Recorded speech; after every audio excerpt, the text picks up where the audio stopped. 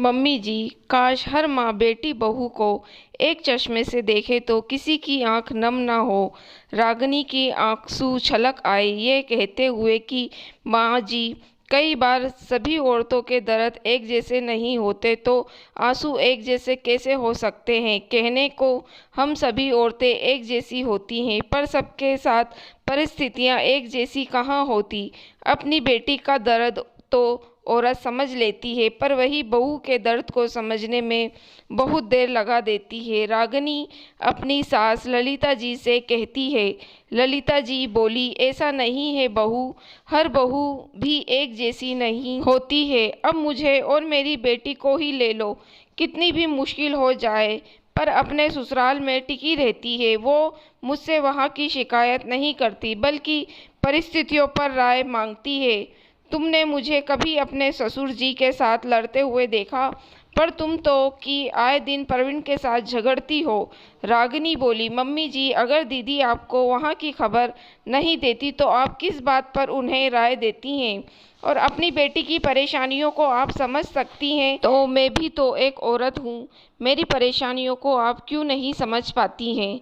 अगर आप या दीदी की सास हमें अच्छी राय दे तो हमें छोटी छोटी बातों के लिए माँ की राय की ज़रूरत नहीं पड़ेगी। ये तभी होता जब बेटी और बहू को कुछ सास अलग अलग चश्मे से देखती हैं। अभी कुछ दिन पहले ही ललिता जी और रागिनी में बहुत बहस हुई थी। छोटी छोटी बातों के लिए ललिता जी रागिनी को सुनाती रहती, फिर अपनी और उसकी ननद से रागिनी की शिकायत करती थी। इन्हीं बातों से परेशान होकर रागिनी अपनी माँ के घर चली गई थी। बड़ी मुश्किल से प्रवीण उसे मना कर लाया था। ललिता जी बोली, अच्छा लगता है तुम्हारी माँ ने भी वही चश्मा लगाया है जो मैंने लगाया है, तभी तो तुम वापस लौट आई हो। क्या हुआ, मायके में जगह नहीं मिली या यहाँ जैसा ऐशो आराम नहीं मिला। रागिनी प्रवीण की तरह देखकर प्रवीण बोला, माँ ये कैसी बातें कर रही है। मैं सोचा आप दोनों को अपनी गलती का एहसास हो गया तो अब सब ठीक है, पर नहीं, मुझे नहीं लगता कि आप चाहती है कि हम इस घर में रहें। ललिता जी झट से बोली, नहीं बेटा, तुझे मुझसे कोई परेशानी नहीं, मुझे तो बस। प्रवीण बोला, हाँ, दिक्कत तो आपको रागिनी से है, पर ये मत भूलिए कि ये मेरी पत्नी है। जब पापा ने आपका इतने सालों तक साथ निभाया तो मैं इतने कम समय के रिश्ते को कैसे छोड़ सकता हूँ। आप तो रागिनी अभी अभी कुछ गलत नहीं कह रही थी। अगर यही सब दीदी के साथ उनके ससुराल वालों में हो तो तब आप अपनी क्या राय देंगी। प्रवीण रागिनी को लेकर कमरे में चला गया। उस रोज रागिनी और प्रवीण ने कुछ फैसला लिया और शाम में रागिनी का सारा सामान लेकर प्रवीण ने फिर उसे मायके माता पिता के घर छोड़ दिया, ये कहकर कि अब जब तक माँ मुझे इज्जत के साथ घर नहीं लाएगी, तुम्हारे साथ मैं भी यह बनवास काटूंगा। आखिर गलती में माँ की है तो सजा भी मिलनी चाहिए, तुम अकेली सजा क्यों भुगतोगी। रागिनी जाना नहीं चाहती थी, परंतु अपने आत्मसम्मान को बचाने के लिए उसे पति का ये फैसला भी सही लगा। 2 दिन बाद प्रवीण की बहन आराधना का फ़ोन आता है। रागिनी, तुमने मेरे घर की क्या हालत बना कर रख दी है। अरे माँ बेटे में झगड़ा हो रहा है तुम्हारी वजह से, पापा मम्मी में झगड़ा हो रहा है। अब तो मुझे ये लग रहा है कि तुम्हारी शादी के लिए जो मैंने हाँ कहा था, क्या मेरा फैसला गलत था। रागिनी बोली, आपके भाई ने वादा किया था कि जब भी मेरे साथ कुछ गलत होगा वो मेरा साथ देंगे। बस मैं घर का माहौल ख़राब नहीं करना चाहती थी, इसलिए मैं चुपचाप यहाँ चली आई, ताकि दुनिया वाले ये ना कहे कि एक बहू ने बेटे को माँ बाप से अलग कर दिया या बेटे ने अपना फ़र्ज़ नहीं निभाया। लोग ये ना समझे कि कई बार गलती माँ बाप की भी हो सकती है। मेरी जगह अगर आप होती तब आपको पता चलता, क्योंकि आपकी माँ ने कभी मुझे अपना माना ही नहीं था। आराधना बोली, मेरी माँ ऐसा कर ही नहीं सकती। रागिनी बोली, दीदी आपको क्या लगता है, मुझे रोज़ की किचकिच अच्छी लगती है। अभी पिछले महीने ही उन्होंने मेरे बारे में ऐसी ऐसी बातें कही कि मैं आपको बता भी नहीं सकती। फिर भी मैं सब कुछ भूलकर पति और परिवार के लिए लौट आई। पर इस बार तो उन्होंने परवीन के सामने ही क्या कुछ नहीं कहा। आराधना बोली, ऐसा क्या हो गया कि तुमने तुरंत वापस जाना पड़ा? रागिनी बोली, जब मैंने आपके भाई से शादी की थी, खुशी से मैंने उस घर को और उस घर की जिम्मेदारियों को ली थी। मैं भी सबके साथ मिलकर रहना चाहती हूँ, परंतु अब बहुत हो गया। मैंने फैसला कर लिया, अब मैं झूठे रिश्ते के लिए नहीं जाऊँगी। आखिर कब तक खुद को मारती रहूँ और कब तक अपमान सहती रहूं? इस तरह मैं एक दिन खुद को ही खो बैठूंगी। आराधना बोली, लगता है बात कुछ ज्यादा ही बढ़ गई है, पर मैं तो यही कहूंगी कि अपने रिश्तों को एक और मौका दो। मुझे अपने भाई का मुरझाया हुआ चेहरा देखकर अच्छा नहीं लगता। वो कहता नहीं, पर वो सबको साथ लेकर चलना चाहता है। अगर तुमको मुझे कभी भी अपनी बड़ी बहन माना तो वापस अपने घर चली जाओ। इसके बाद फिर कुछ गलत हुआ तो मैं तुम्हें कभी नहीं रोकूंगी। फिर उसने माँ को भी अपनी तरह से समझाया। रागिनी ने सारी बात परवीन को बताई। परवीन बोला, एक दो दिन रुक जाओ, देखता हूँ माँ का व्यवहार कैसा है, फिर मैं बताऊंगा। पर ये क्या? उसी रात परवीन ने ललिता जी को बुआ जी से रागिनी की शिकायत करते हुए सुना। उसे अपने ही कानों पर भरोसा नहीं हुआ। उसे लगता था उसकी माँ अब बहन को छोड़कर बुआ जी के पास उसकी पत्नी की शिकायत करने लगी। वो इतना गलत नहीं कर सकती है। उसने फ़ोन से माँ की सारी बातें रिकॉर्ड कर ली। परवीन ने रागिनी से कुछ भी नहीं छुपाया, बल्कि उसे सारी बात बता दी। रागिनी ने आराधना को फ़ोन किया और मिलने के लिए बुलाया। आराधना का ससुराल कुछ घंटे की दूरी पर था, तो तीनों ने शाम में मिलने का प्रोग्राम बनाया। जब तीनों मिले और रागिनी ने अपनी आप बीती आराधना को सुनाई, तो उसे भरोसा नहीं हुआ। परवीन ने कहा, दीदी, अपनी माँ कभी भी गलत नहीं लगती, पर कई बार बड़े भी कुछ गलती कर जाते हैं। फिर उसने फ़ोन में बुआ जी और माँ की बातें आराधना को सुनाई, तो उसके पैरों के नीचे से ज़मीन खिसक गई।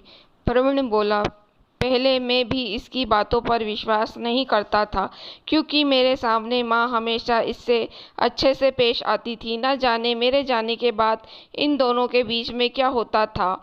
और मैं रहा माँ का लाडला, तो कभी उनके खिलाफ कुछ सुनता नहीं था। पर जब मैंने खुद अपने कानों से सुना, तो अब मैं आपको क्या बताऊँ? रागिनी परवीन से बोली, हर बार आखिर मुझसे ही सवाल क्यों किया जा रहा है? कभी आप दोनों अपनी माँ से सवाल क्यों नहीं करते?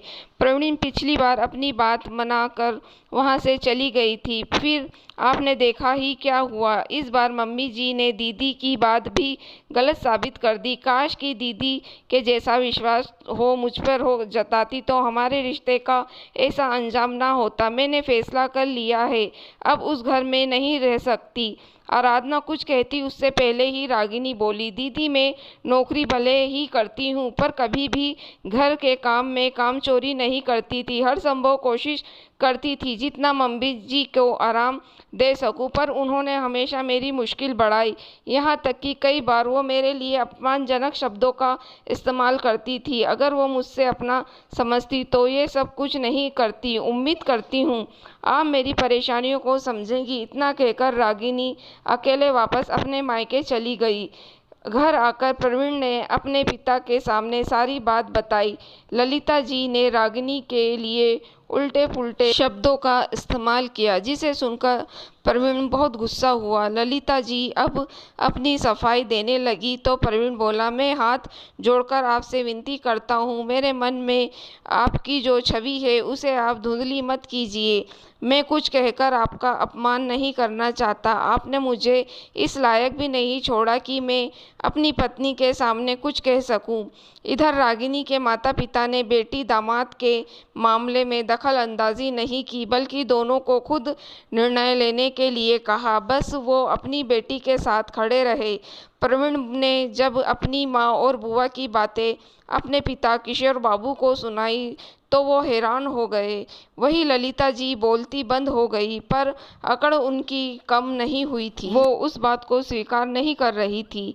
किशोर बाबू बोले, बेटा, जब तुम्हारी माँ तुम्हें ही गलत ठहरा रही है, तो वो बहू तो दूसरे घर की है। सोचो उसके बारे में इसने मेरी बहन और तुम्हारी बहन से क्या क्या कहा होगा मैं सोच सकता हूँ। तुम्हें मैं इतना ही कहना चाहूँगा कि तुमने 7 फेरे लेकर अपनी पत्नी को कुछ वादे किए थे, जिसे पूरा करने की जिम्मेदारी तुम्हारी है। मेरा ये सुझाव है कि तुम बहू को लेकर किसी और घर में शिफ्ट हो जाओ, क्योंकि अब और कोई विकल्प नहीं है। मैं तुम्हारी माँ के साथ नहीं छोड़ सकता। मैं भी तो समाज के सामने कुछ कस्में ली थी जो मैं अपनी गलती पत्नी का साथ दे सकता हूँ, तो तुम क्या अपनी सही पत्नी के लिए कोई कदम नहीं उठाओगे? क्योंकि रिश्ते को निभाने की दोनों तरफ से कोशिश की जाती है। ललिता जी आखिर अपने बेटे के किस मुंह से रोकती? उन्होंने तो कोई विकल्प ही नहीं छोड़ा था। प्रवीण बोला, मैं अपनी जिम्मेदारी से पीछे नहीं हटूंगा। मैं भी एक पिता हूँ। सोचिए, अभी आपका पोता छोटा है, अगर उस पर कोई गलत प्रभाव पड़ा तो मेरी तो आने वाली जिंदगी ही खराब हो जाएगी। रागिनी अपने माता पिता के साथ नहीं रहना चाहती थी, क्योंकि वो एक स्वाभिमानी लड़की थी। प्रवीण और रागिनी ने दोनों घरों के बीच अपने लिए एक छोटा सा मकान लिया। प्रवीण अपना जरूरी सामान नए घर में ले आया। अब हर शनिवार रविवार प्रवीण अपने बेटे और रागिनी को लेकर माँ बाप के पास आता, कुछ घंटे बिताता और फिर वापस चला जाता। मजबूरी में ही सही, पर प्रवीण और रागिनी को ये फैसला लेना ही पड़ा। अब ललिता जी चाहकर भी कोई भी दोष रागिनी पर नहीं लगा पाती थी, क्योंकि वे अपने ही बिछाए जाल में फंस गई थी। उनके खुद के पति, उनका बेटा बेटी सब उनके विपक्ष में खड़े हो गया था। तब उन्हें अपनी गलती का एहसास हुआ, पर एहसास भी बहुत देर बाद हुआ। सच कहते हैं लोग, जब चिड़िया चुग गई खेत तब पछताने से क्या फ़ायदा। मित्रों, कई बार अगर रिश्तों में कड़वाहट आ जाए तो उसमें थोड़ी दूरी बनाए रखना ही बेहतर है। कई बार रिश्ते पर हम अपना अधिकार तो जमाते हैं, पर बदले में उसे अधिकार और सम्मान नहीं दे पाते। आपको क्या लगता है, रागिनी और प्रवीण का फैसला सही था या गलत? दोस्तों, अगर आपको कहानी पसंद आई हो तो आप मेरी वीडियो को लाइक और मेरे चैनल को सब्सक्राइब ज़रूर कीजिएगा।